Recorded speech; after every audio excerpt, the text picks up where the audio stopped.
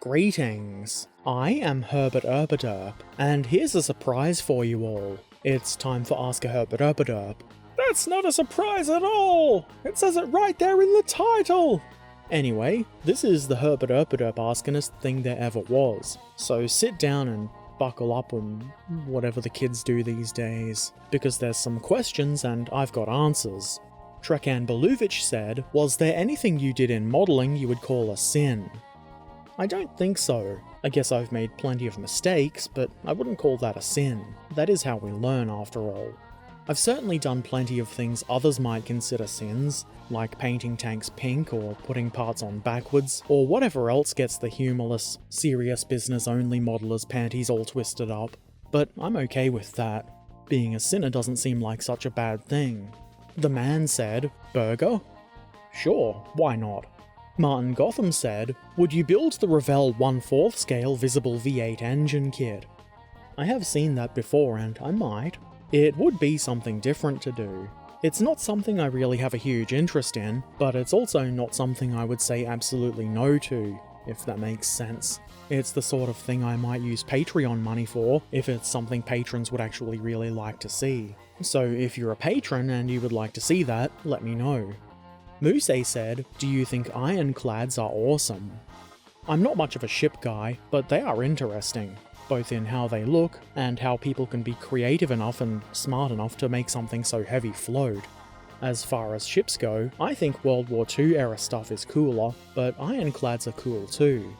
ePhoenix Art said, thoughts on 32:9 aspect ratio? I can't say I've ever really thought about it before. I don't think I would personally have such a use for a wide format like that, and I'm assuming this is what people mean when they say ultra-wide formats. I suppose if I had a single very wide monitor instead of two monitors it would be useful, and that's where it makes sense. Other than that, I don't really have any thoughts about it. John the No said, in terms of interesting vehicles, do you prefer the Western Front, Eastern Front, or Pacific Front? I don't really have a preference, and I know I say that all the time, but if you pick one over the other, you miss out on a bunch of interesting stuff. I suppose if I had to pick, I would put the Pacific last, mostly because there are fewer tanks there. Of the other two, I think it's really too hard to choose. Monol said, if a woodchuck could chuck wood, would a woodchuck build a nice little wooden cottage in the woods to escape the busy life at his office job? I think they would. Even woodchucks need an escape, and being a woodchuck, they get the advantage of being able to chuck the wood themselves to reduce the construction cost of the cottage. I assume that's how construction works anyway. You just throw wood and it gets built. I've played the forest, I know how to build things. Martin Gotham said, would you build some Meng World War II kits? After building the FT-17, I would be happy to build more Meng kits, and I probably will. I'm not super into the World War II stuff though. They just don't really appeal to me, or I would have done one by now.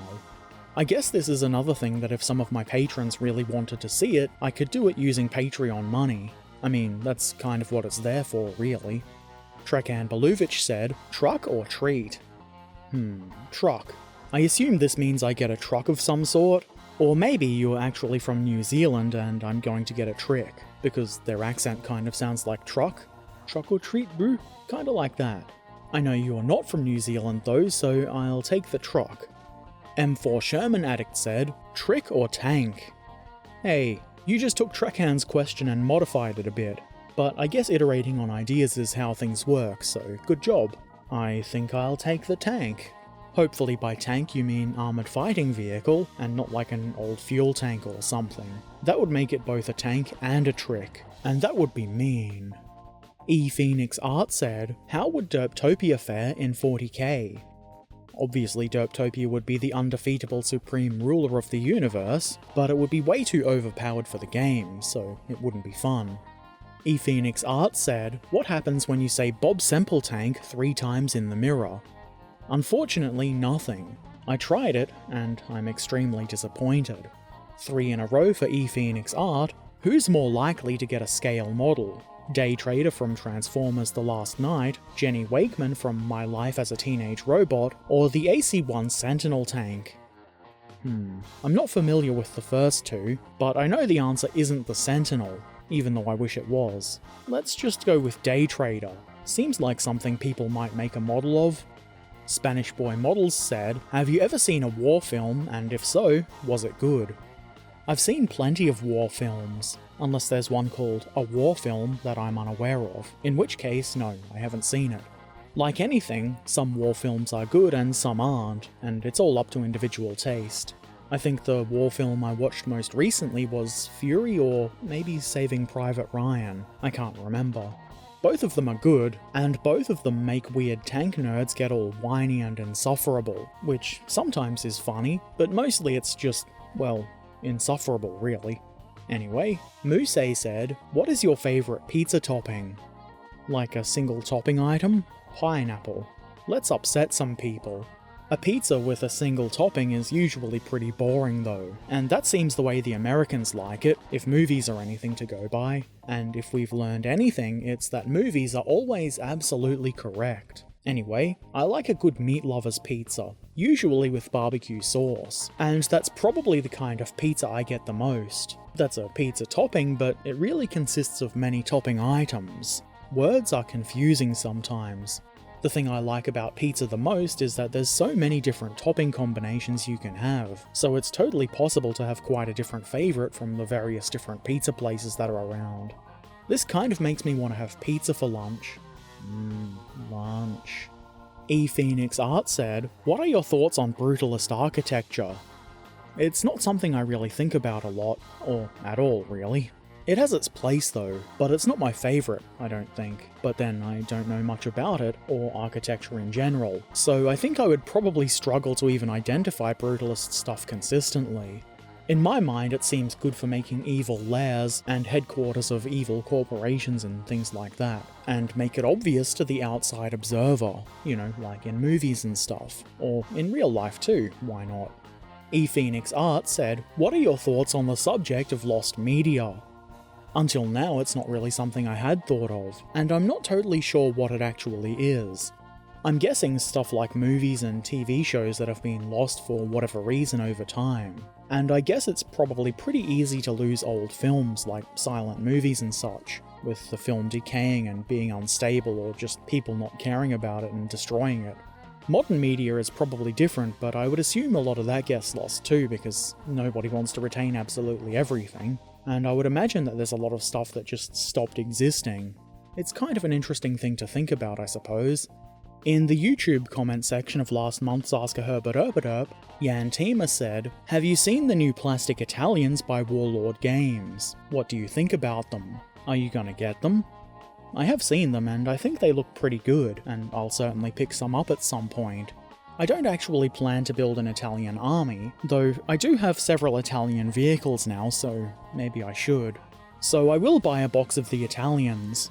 I think they're actually still only pre-order at the moment, and I'm not in a rush, so I'll probably wait until there's a couple of other things I want from Warlord as well, so it is going to be a while before I get to them. Unless somebody from Warlord is watching and wants to be really generous and send me a box, that'd be nice. Trekan Beluvic said, I like you giving long answers. Good. I figured you would appreciate a very short answer. I don't know why, I just did. The trouble with giving long answers is that sometimes it's really just me waffling and getting off topic or missing the point entirely, which I guess if people like that, that's cool. That's how we used to do it back in my day. Back then you would tie an onion to your belt, which was the style at the time. Then you'd take the trolley down to the fairgrounds, which would take about 20 minutes, though at the time the Kaiser had stolen our word for 20, so we'd say dickety. It would take dickety minutes to get there, and once you got there... Model 43 said, hello, S-Model still produces models? I don't know, actually. I certainly hope they do. I really enjoyed the S-Model kits I put together, and I'm pretty sure I don't have any more in my stash. I did try a quick googling, but I didn't find anything. Maybe my Google foo is weak. Also, I didn't really have time to spend hours trying to find information. I was actually in the hobby shop I bought my S-Model stuff from the other day, and they didn't have any, which was kind of disappointing. Scalemates would suggest that they're still active, and you can get a bunch of their kits online in various places. But to answer the question, I guess I don't know. Unfortunately, that's not really very helpful, is it? That's it for the questions this month. Now it's time to check out some of the modelling work that has been shared in our Discord community. First up, we have Ratto, who's shared this light howitzer for his bolt-action French resistance army. I can't tell you anything about the howitzer, other than it looks really nicely painted, so that's what I'll tell you. It looks really nicely painted. Yeah, we can see that! Good.